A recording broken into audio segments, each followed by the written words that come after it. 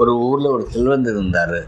அவருடைய கனவுல மகாலட்சுமி தோன்றி, இன்றைக்கு ஒரு முக்கியமான விஷயம் சொல்கிறப்பா, நான் 2 நாளில் வீட்டை விட்டு போயிடுவேன். நீ பண்ணிய புண்ணியம் பூரா தீர்ந்து போச்சுப்பா. கடைசியாக உனக்கு ஒரு வரம் தர்றேன்.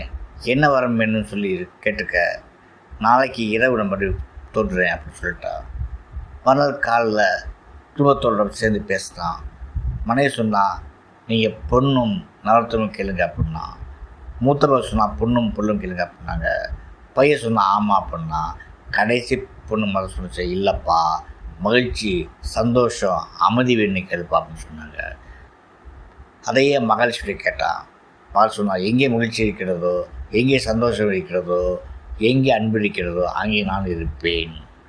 திருப்தி, இதுதான் முக்கியம் சொன்னான். ஆக இதுதான் மகாலட்சுமி இருக்கக்கூடிய இடம்.